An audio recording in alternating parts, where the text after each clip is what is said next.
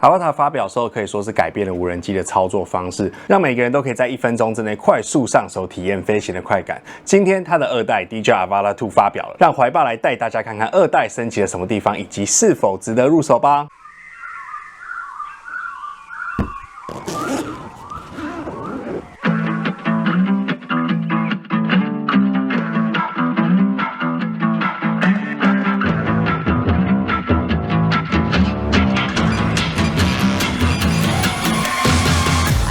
Joyride, a hit and run. I thought I loved you, you thought I was fun. I'm moving on down the road. Watch me as I go, watch me as I go. Should I look both ways before you cross me, babe? 'Cause I don't break the voice. I'm moving on. I'm moving on to say let's be on my way. Best of luck. I'm moving on. I'm moving on. 首先，我们看到和1代对比，外观上面变薄了许多，大幅降低了飞行的空气阻力。这次轴距稍微变大，让动力效能有所提升。但螺旋桨同样是3寸的大小。但第一个大升级呢，是飞行的时间提升了28%到23分钟左右。如果是极限飞行，也有15分钟以上。实际体验上，真的比1代有感提升了许多。对比传统的自主圈圈穿越机 ，Avata 2的续航力基本上是他们的2倍以上，飛行的时间直逼 DJI Mini 4 Pro 的呢。第二个大改变是它的飞行声音了。Avata 2一样是有保护框的圈圈机，在飞行上不怕轻微碰撞。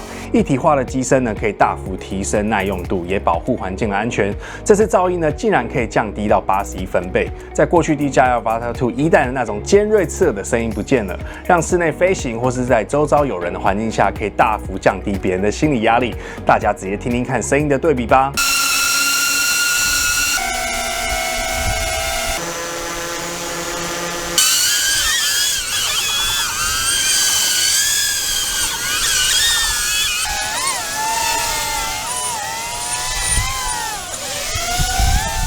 此外，下视觉系统改为鱼眼的镜头，视角变大，大幅的降低过去1代偶尔在室内因为地面没有纹路而产生漂移的机会。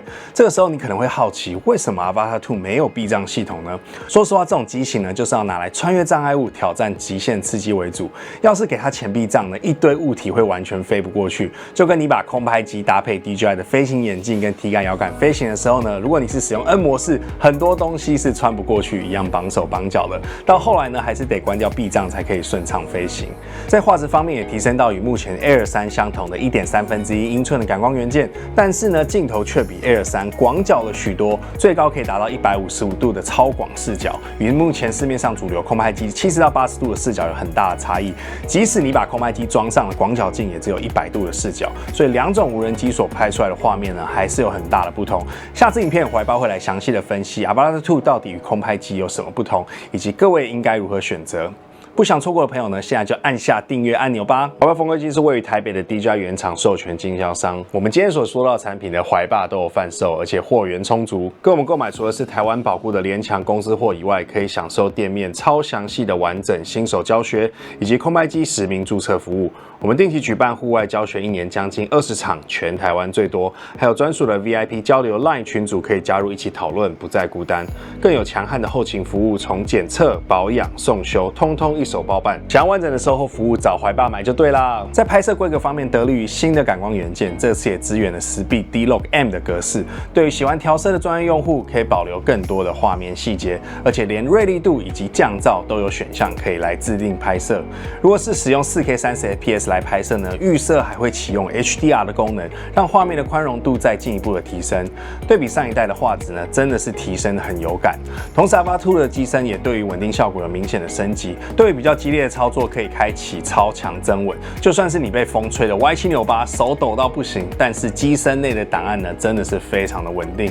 如果是拍摄一些房地产啊，或是有广告需要有更稳定的效果，还可以启动地平线增稳，让画面呢不会破水平，减少观看的晕眩感。如如果你是最进阶的用户 ，DJI Avata 一样保留了关闭机身增稳的效果，让 IMU 的数据呢可以完整的保留下来。用户呢可以在电脑上面使用 GyroFlow 的第三方软件，在电脑上面套用稳定的效果。最后机身上其他的改变呢，就是内建的储存空间从20GB 提升到46GB 的，一天基本3个电池的飞行呢是可以足够使用机身内的空间的。当然呢，如果你想要更大的空间，还是可以自行安装 microSD 卡。DJI Avata 2也补上了目前其他空拍机都有的手机快传功能。现在拍摄完毕之后呢，就可以把你的眼镜跟摇杆关闭之后呢，就可以保留空拍机的电源开启，直接透过手机 APP 就可以直接连接下载机身内的档案回到手机上面剪辑了，真的使用上方便很多。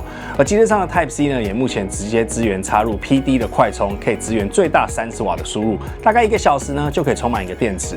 如果是购买畅飞版呢，就可以使用电池管家来帮3个电池轮流充电，最大支援60瓦的输入，一个电池只要45分钟就可以充满了。也与 Air 3的电池管家一样，有支援集电的功能。假设目前3个电池的电量是25、20跟40%，长按侧边的按钮呢，就可以把电量较低的电池呢放电到5%，然后全部呢集中到电力最高的电池里面。再来我们要聊聊在飞行上 Avata 2得力于较轻的机身以及它的飞行性能，真的是有明显的提升。首先是下降与上升的速度呢，从6米每秒钟提升50%到9米每秒钟，以及运动模式呢，最快速度也将近时速60了。这是全新发表的穿越摇杆3呢，整体变轻又变小了许多，让握感更好。油门也有了全新的2段式设计。同时呢 ，Avata 2也解锁了使用穿越摇杆3搭配 Avata 2可以启用一键花式飞行的功能。这个功能真的超夸张的强大。我们呢，废话不多说，直接在户外实车给大家看看吧。好，我们现在到户外的时候，我们就直接戴上眼镜之后看到上方，然后我们先把花式飞行这个功能打开。打开之后呢，我们就来起飞吧。大家可以看到，当我没有进入花飞模式的时候，我的摇杆左跟右还是维持原本的横移的功能，然后或是呢，我可以往上跟往下飞，它就会上升呢跟下降。好，那这个时候呢，我就要先继续飞，然后我们先把它选到手边的滚轮，选到漂移模式。好，所以呢，我们现在直直往前飞的时候呢，假设我现在在这个树的中间做漂移的时候，就瞄到这边。然后这时候呢，我只要先打杆，然后它就会维持直的方向一直去飞行了。所以这功能其实很酷哦，因为它可以在边飞的时候边用。好，假设我现在找到一个树的中间这边，飞到这边的时候呢，再推个摇杆，它就往右漂移。那当然往前飞的时候呢，往左边打杆，就会变成左漂移。这功能就可以让你飞行的画面有很多可玩性。比如说我现在往上飞的时候呢，然后现在打杆，它就可以漂移了。然后任何时候，像我刚刚觉得，可能会撞到树，我只要这时候把食指的扳机这边放开，它就会停止任何的花式飞行的动作。好，这时候呢再往下飞。那比如说我现在找到一个比较平面的地方的时候，然后这时候再往左，它就会像这样漂移了。那漂移完之后，你不想再继续倒退的话，就把你的扳机松开就好。然后另外一个呢，很酷的呢就是空翻了。那空翻呢，就是你飞机真的是在原地翻滚哦。那这个时候呢，你看我现在往前推，它就会前空翻，往后就是后空翻，往右空翻，跟往左空翻。大家可以其实听看，这个其实翻滚我们用手动来完成的话，其实它翻滚的半径是非常小的。我觉得声音真的还蛮帅的。你看啊，我现在打杆一次，右空翻，前。好，更酷的是它也是可以边飞边翻的哦。好，现在假设现在直直往前的时候呢，啊，这是往前，它就会继续往前空翻了。但是呢，要注意的是，它很聪明的是，当它真是要离地面太近的时候，你看我现在离地只有0.8公尺的时候，它的空翻的选项呢，就是完全不让我使用的。所以这个时候呢，它会提示说，离地面过低，没办法使用这个功能。那我其实我就稍微飞高一点的时候，这时候我就可以翻滚了。刚刚撞到树一下，不过没关系。比如说我现在正在往前飞。再往左，这时候他会发现离树太近了。这个时候呢，我来往空旷一点的地方右翻，然后或者往前的时候呢，前空翻。好，再绕回来。好，往回飞往下的时候呢，也是可以这样一边飞边翻的。然后这时候呢，我再回到这边。没错，就是这样。所以呢，你只要稍微与地面保持高点的距离，随时都可以是透过推摇杆的方式呢，让它达到前后空翻或者4个方向的飞行。这时候我们在穿越一些物体的时候呢，是真的非常好用。比如说在飞越这条路的时候，右转就可以了。这边我看一下有没有人哦。这边有人，我们先不要过去好了。比如说在这边往右，这真的真的翻滚的非常非常好。这树的缝，我先看一下过不过去。可以。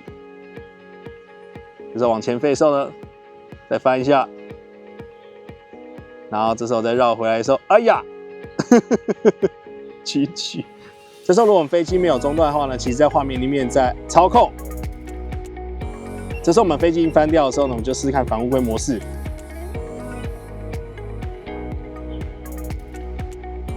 好，翻回来了。这时候虽然地上有草啦，但我们试试看可不可以起飞哦。我们再试一次，2短1长，耶，成功了！所以呢，大家可以看到 Avatar 这个功能。当你今天炸机的时候，你懒得过去捡的时候，那就可以启用反乌龟的功能，它直接推动两边的螺旋桨，把飞机直接翻回来哦。好，这个时候呢，我们再切换到漂移模式，给大家看一下。所以呢，我觉得它好玩的地方呢，漂移模式呢就没有对高度上面的要求这么严苛。我可以选一个2个树的正中间，啊，这边有人，我来选旁边。好，这个时候呢，漂移，你看它是可以完美的从这2棵树中间甩尾过去的哦。那我再示范一次给大家看。假设呢，我现在是在树的正中间这边，这个时候呢，漂移，你看也是很完美的从中间就过去了。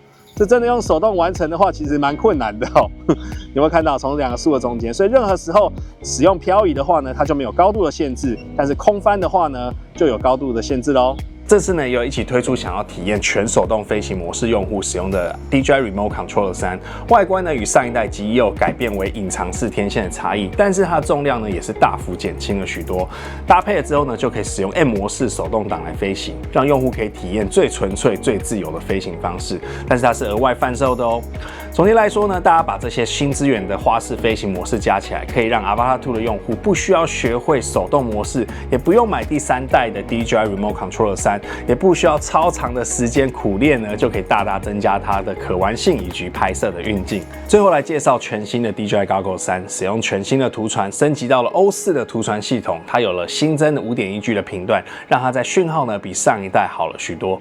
DJI Goggle 3也与穿越遥感3呢，同样都会支援O4的图传系统的空拍机 Air 3跟 Mini 4 Pro 空拍机。此外呢，还可以支援使用 DJI RC2 或是 RC-N2 的双手遥感来搭配这2台空拍机，但是呢，图传画面则是一样显示在眼镜里面哦。画质O4图传真的是以黑科技一样的存在，在空旷的地方呢，可以用1080p 100fps， 甚至呢延迟只有24毫秒，看到10几公里外的画面及时回传回来。在复杂的环境飞行的时候，讯号稳定度有感提升了许多。而 DJI Goggle 3的设计呢，与一体版的眼镜一样，把电池设计在后方，可以透过旋转的方式调整松紧度，不需要连接一条线挂个电池，然后放在口袋里面，也保有下方旋钮1秒钟可以快速调节近视与远视的功能。而且在外观上呢，也增加了2个朝前的镜头，当飞行器没有起飞的时候呢，可以轻敲眼睛的侧边2下，或者按2下穿越遥感的波轮，就可以看到前方的画面，方便你观察身边的环境、与人交谈，或是更换电池的时候呢，就不用把眼镜拿下来了。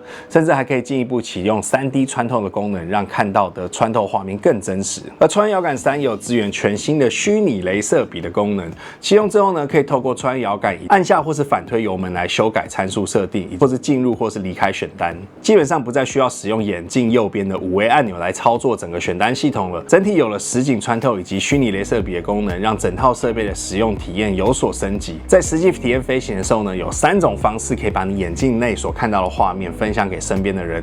在过去呢，就只支援透过 Type-C 连接手机或是平板以外呢， DJI Goggle 3也是首度支援了使用无线的方式连接你的手机或是平板，或是你身边有朋友呢有 DJI 飞行眼镜的，也可以透过无线广播的方式分享你的飞行画面。这可以让你放心的把眼镜让身边的朋友戴上它来能够体验临场飞行的速度感，或是呢给完全没有飞行过的人操作。而有经验的你呢，可以看着手机的画面来确保飞行上的安全。DJI Avatar 2真的是一款非常适合所有年龄层或是全家人一起体验轻松无忧飞行的无人机。总结来说，这次 Avatar 2的机身画质大幅的提升，飞行的时间呢也再度延长，噪音也降低许多。而全新的 DJI Goggle 3支援实景视窗，以及穿越遥感3支援花式飞行的功能，让整套设备有更多的可玩性。而且呢，整套设备都有全新的升级。另外一个最大的亮点就是它的售价了。首发呢会有2个版本，单电版与畅飞版。畅飞版本呢就是有3个电池、电池管架以及背包。你没看错，价格呢反而是比上一代 Avata 2刚发表的时候的将近6折而已。畅飞版呢竟然还比 Mini 4 Pro 还要便宜啊！这次真的是佛心到不行的用力堆料呢还降价。如果你手边已经有 Air 3以及 Mini 4 Pro 呢，也可以使用 DJI Goggle 3来体验第一人称的飞行效果。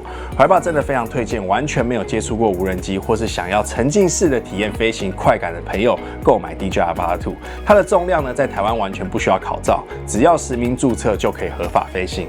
怀抱这边都有贩售台湾联强公司货，而且首批的现货已经到台湾了。现在预购呢，还有额外赠送超值好礼物。最后记得按下画面当中的订阅。下一支影片呢，就要来跟大家分析到底空拍机以及 DJI Avata 2有什么不同，2台机种应该如何选择。那我们下次再见，拜拜。